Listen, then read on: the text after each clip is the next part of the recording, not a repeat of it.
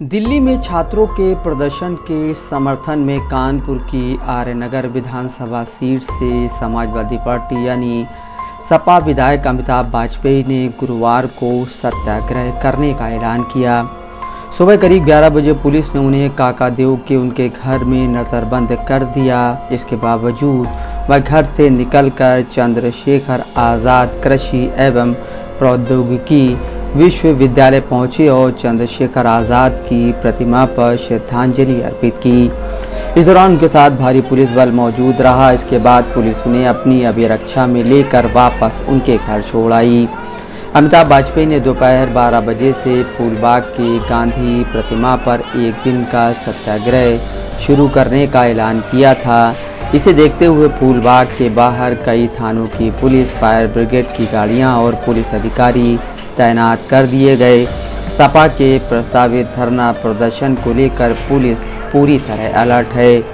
ये लगातार एक नई परंपरा आ गई है। कोई घोषित आंदोलन को रोकना नहीं चाहिए था, पर लगातार ये लोग रोकने की कोशिश करते हैं। कल भी इन लोगों ने हम लोगों को परेशान किया, टेंट साउंड का सामान उखाड़ के फेंक दिया, फूलबाग को सील कर दिया, जबकि घोषित आंदोलन था, शांतिपूर्ण था।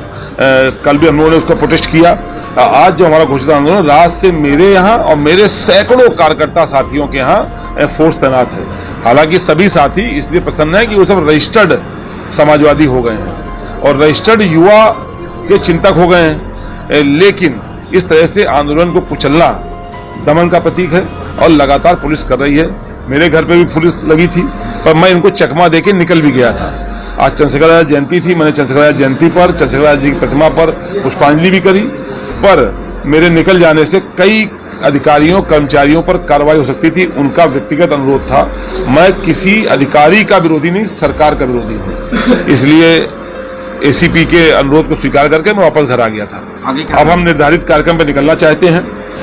पुलिस अनुरोध कर रही है कि आप घर से ना निकलें, लेकिन सत्याग्रह 24 घंटे का है, सत्याग्रह तो होगा। अब ऑप्शन 1 कि जो निर्धारित स्थल है वहां तक हमको जाने दें। ऑप्शन 2 कि हमको गिरफ्तार करके किसी अन्य स्थान में जहां सरकार ले जाना चाहे वहां ले जाए, वहां पे आंदोलन करेंगे। ऑप्शन 3 कि अगर ये दोनों ही बातें सरकार नहीं मानेगी तो हम लोग अपने घर पे ही नीचे जगह बना करके, व्यवस्था बना करके हम लोग साथ ही यहीं पर सत्याग्रह करके युवाओं के आंदोलन को समर्थन देने का काम करेंगे। कानपुर महानगर कांग्रेस के जिलाध्यक्ष पवन गुप्ता पिछले 48 घंटे से हाउस अरेस्ट हैं। उनके घर के बाहर पुलिस तैनात है और उन्हें बाहर नहीं निकलने दिया जा रहा है। पवन गुप्ता ने कहा, दूसरे दिन भी पुलिस ने मुझे घर से बाहर नहीं निकलने दिया। शांतिपूर्ण विरोध और अपनी बात रखने के संवैधानिक अधिकार को रोकने के लिए प्रशासन पूरी ताकत लगा रहा है।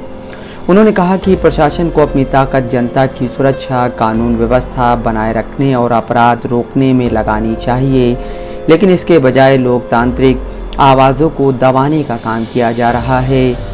पवन गुप्ता ने कहा, लोकतंत्र में असहमति अपराध नहीं बल्कि उसकी सबसे बड़ी ताकत है। अगर सरकार और प्रशासन विपक्ष और जनप्रतिनिधियों की आवाज़ दबाने की कोशिश करेंगे तो यह लोकतांत्रिक मूल्यों के लिए गंभीर चिंता की बात है। उन्होंने कहा कि कांग्रेस सत्य, संविधान और लोकतंत्र की रक्षा के लिए शांतिपूर्ण और लोकतांत्रिक तरीके से अपना विरोध जारी रखेगी। दिल्ली के जंतर मंतर पर छात्रों के प्रदर्शन और उन पर हुए कथित लाठीचार्ज के विरोध में कानपुर के यशोदानगर स्थित सैनिक चौराहे पर समाजवादी युवजन सभा के जिला उपाध्यक्ष मलाई यादव ने शिक्षा मंत्री धर्मेंद्र प्रधान का पुतला फूका। पुतला दहन की आशंका को देखते हुए सुबह से ही नौबस्ता और सेन पश्चिम पारा थाने की पुलिस सैनिक चौराहे पर तैनात थी। इसके बावजूद मलाई यादव पुलिस की नज़र बचाकर चौराहे के पास पहुंची और फुर्ती से पुतले में आग लगा दी। घटना के तुरंत बाद सेन पश्चिम पारा थाना पुलिस ने मलाई यादव को हिरासत में ले लिया। नफीस अहमद, दस्तक लाइव न्यूज़।